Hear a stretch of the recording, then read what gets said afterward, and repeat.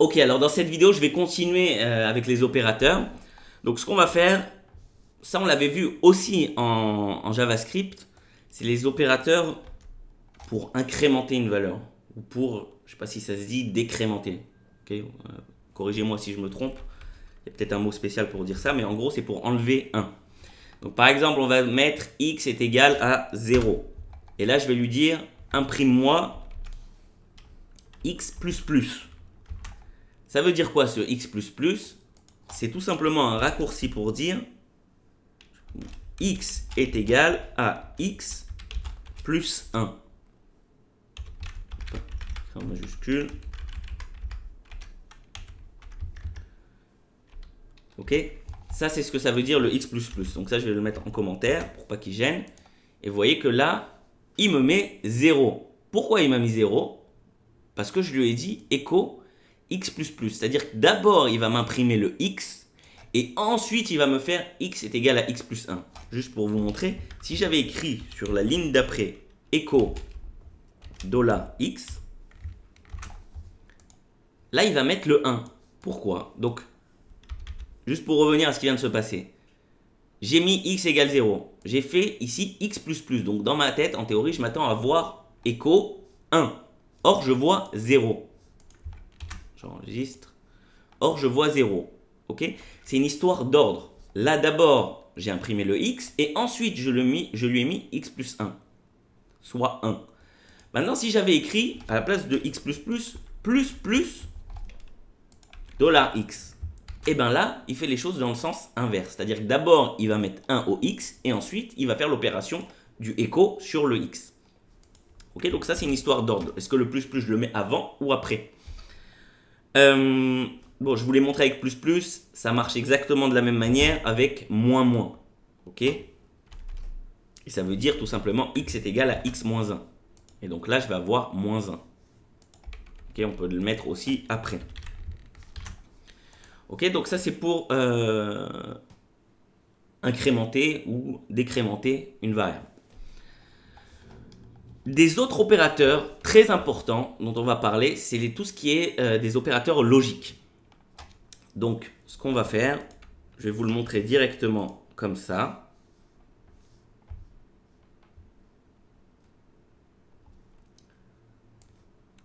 On va le faire dans un echo.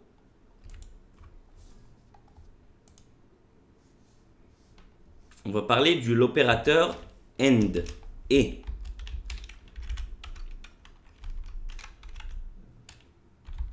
Donc là, x, on va lui mettre par exemple 10.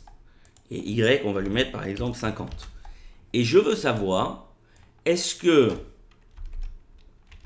x,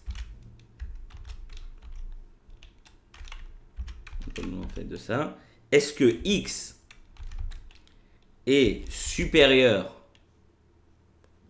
à 100 et, donc comment j'écris le et? Comme ça, y supérieur à 100 aussi, par exemple.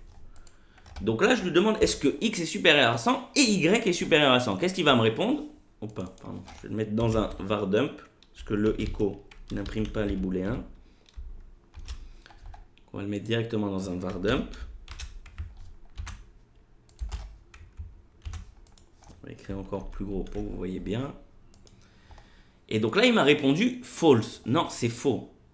Qu'est-ce qui est faux? Maintenant, on va dire que si je lui avais demandé est-ce que x est supérieur à 20 et y est supérieur à 20, par exemple. Là, il va me dire aussi c'est faux. Pourquoi? Pourtant, y il est supérieur à 20. Mais je lui ai demandé est-ce que la première condition et la deuxième condition est vraie? Donc là, vu qu'il n'y a qu'une des deux conditions qui est vraie, il va me répondre faux. Maintenant, si je lui avais dit est-ce que x est supérieur, par exemple, à 5 et y est supérieur à 20? Donc, cette première condition, elle est vraie et celle-là, elle est vraie. Donc, la réponse globale du et, c'est aussi vrai. Ok? Donc, de la même manière, on a le et on a aussi, autre chose que je voulais vous dire, ce et, il peut très bien être écrit comme ça, comme on l'avait vu dans le cours en JavaScript, comme ça. Ça revient au même. Ok? Il y a aussi une autre variable, un autre opérateur logique, c'est le ou, qui peut être écrit comme ça, par exemple.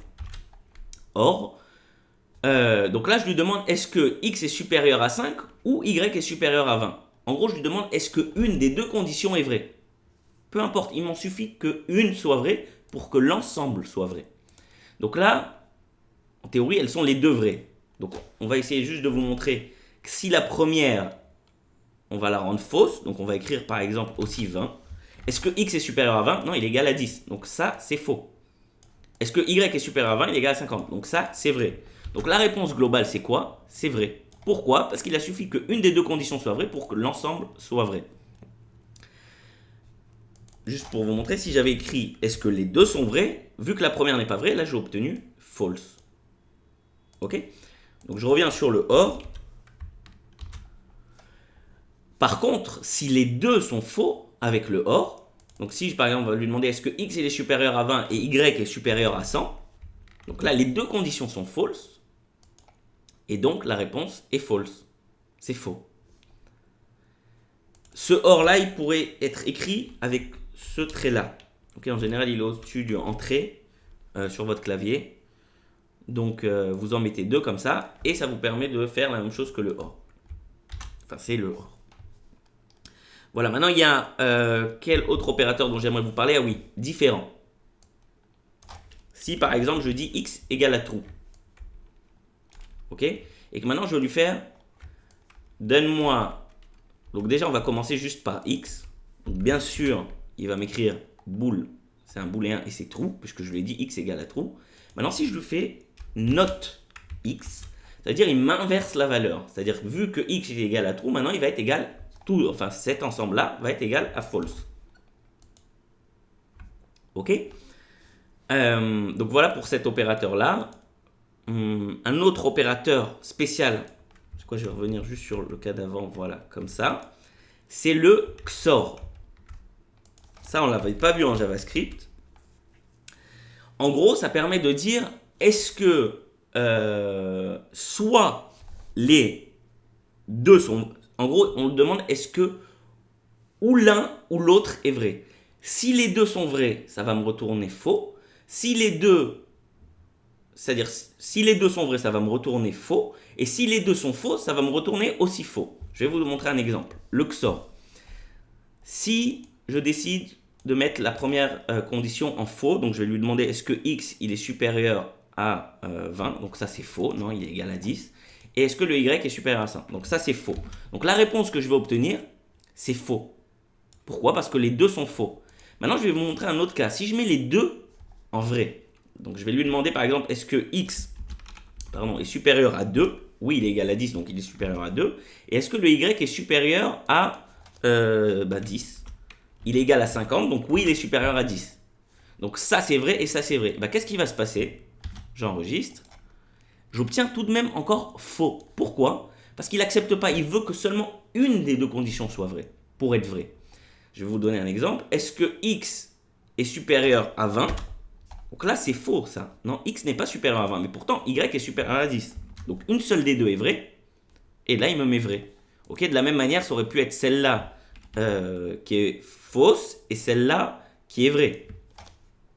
Le contraire, c'est-à-dire celle-là qui est vraie et celle-là qui est fausse. Et ça m'aurait donné aussi vrai. Ok, donc ça c'est pour l'opérateur XOR, okay, qui n'existait pas dans le JavaScript. De quel autre opérateur? Ah, j'aimerais vous, en deux mots, revenir encore une fois parce que c'est quelque chose de vraiment beaucoup utilisé. On va faire ça comme ça. Hello.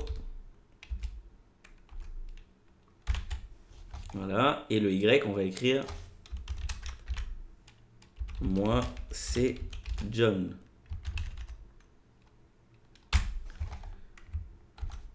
Ok. Et je vais vous montrer maintenant. On l'a déjà vu plusieurs fois, mais je vais revenir dessus. C'est que echo $x.$y,